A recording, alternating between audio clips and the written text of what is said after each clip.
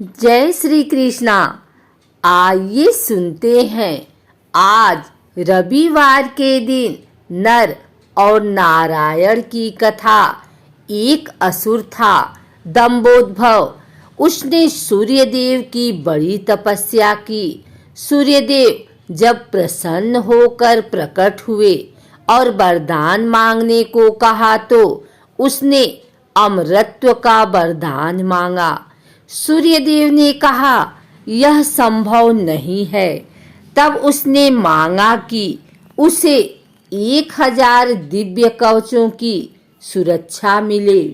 इनमें से एक भी कवच सिर्फ वही तोड़ सके जिसने 1000 वर्ष तपस्या की हो, और जैसे ही कोई एक भी कवच को तोड़े वह तुरंत मृत्यु को प्राप्त हो।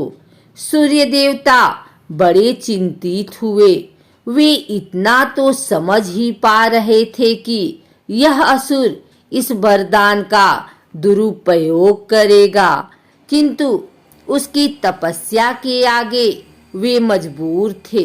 उन्हें उसे यह वरदान देना ही पड़ा। इन कवचों से सुरक्षित होने के बाद वही हुआ जिसका सूर्यदेव को डर था। दंभोद्भव अपने सहस्त्र कवचों की शक्ति से अपने आप को अमर मानकर मनचाहे अत्याचार करने लगा। वह सहस्त्र कवच नाम से जाना जाने लगा।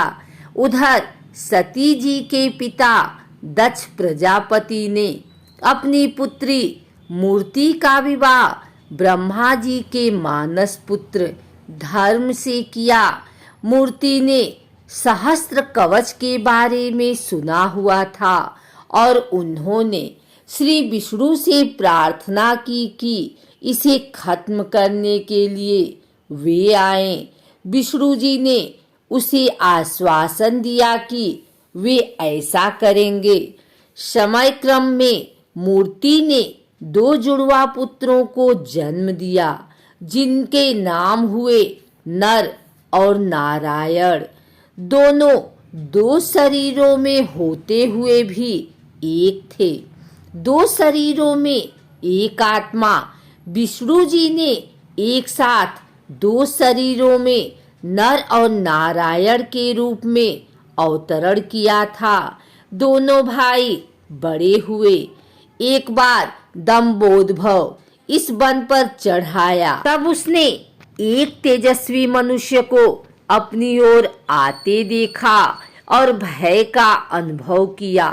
उस व्यक्ति ने कहा कि मैं नर हूँ और तुमसे युद्ध करने आया हूँ। भय होते हुए भी दंभोद्भव ने हंसकर कहा, तुम मेरे बारे में जानते ही क्या हो? मेरा कवच सिर्फ वही तोड़ सकता है जिसने 1000 वर्षों तक तप किया हो। नर ने हंसकर कहा कि मैं और मेरा भाई नारायण एक ही हैं। वह मेरे बदले तप कर रहे हैं और मैं उनके बदले युद्ध कर रहा हूँ। युद्ध शुरू हुआ और सहस्त्र कवच को आश्चर्य होता रहा कि सच ही में नारायण के तप से नर की शक्ति बढ़ती चली जा रही थी। जैसे ही 1000 वर्ष का समय पूर्ण हुआ, नर ने सहस्त्र कवच का एक कवच तोड़ दिया, लेकिन सूर्य के वरदान के अनुसार जैसे ही कवच टूटा, नर मृत होकर गिर पड़े। सहस्त्र कवच ने सोचा कि चलो एक कवच गया ही सही, किंतु यह तो मर गया। तभी उसने देखा कि नर उसकी ओर दौड़े आ रहा है और वह चकित हो गया। अभी ही तो उसके सामने नर की मृत्यु हुई थी और अभी ही यही जीवित हो मेरी ओर कैसे दौड़ा आ रहा है। लेकिन फिर उसने देखा कि नर तो मृत पड़े हुए थे।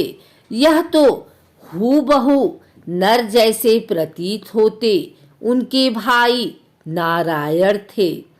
जब दंबोधव की तरफ नहीं बल्कि अपने भाई नर की तरफ दौड़ रहे थे, दंबोधव ने अट्ठास करते हुए नारायण से कहा कि तुम्हें अपने भाई को समझाना चाहिए था, इसने अपने प्राण व्यर्थ ही गवा दिए।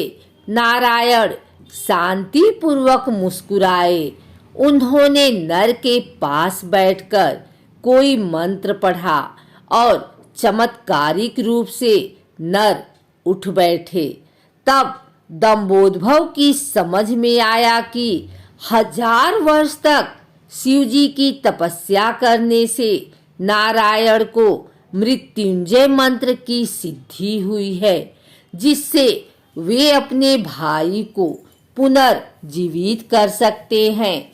अब इस बार नारायण ने दंबोधव को ललकारा और नर तपस्या में बैठे। 1000 साल के युद्ध और तपस्या के बाद फिर एक कवच टूटा और नारायण की मृत्यु हो गई।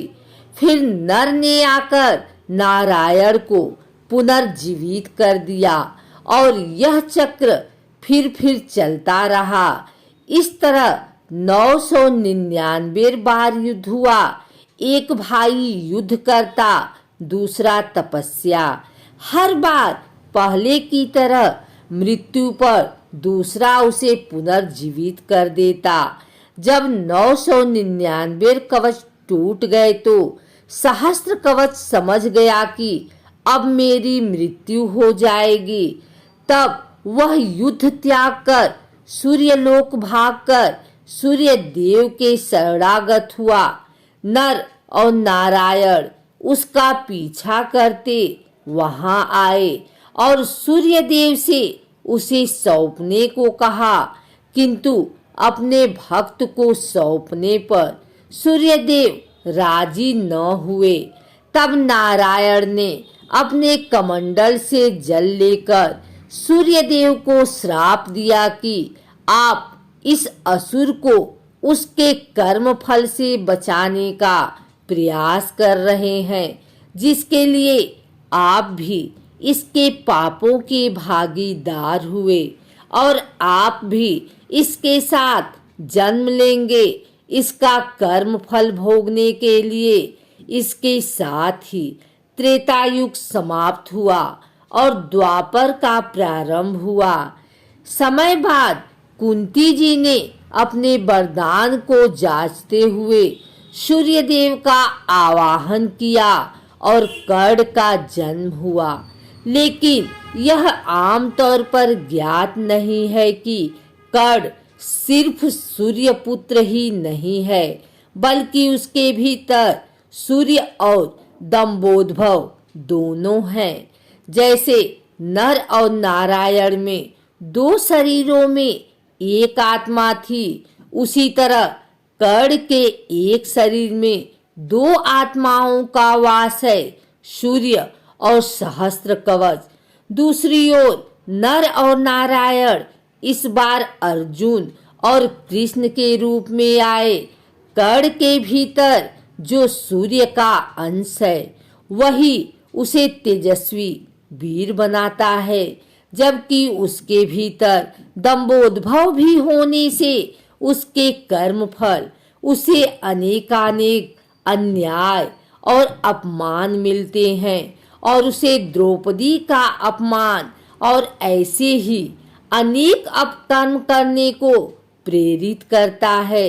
यदि अर्जुन कर्ण का कवच तोड़ता तो तुरंत ही उसकी मृत्यु हो जाती, इसीलिए इंद्र उससे उसका कवच पहले ही मांग ले गए थे।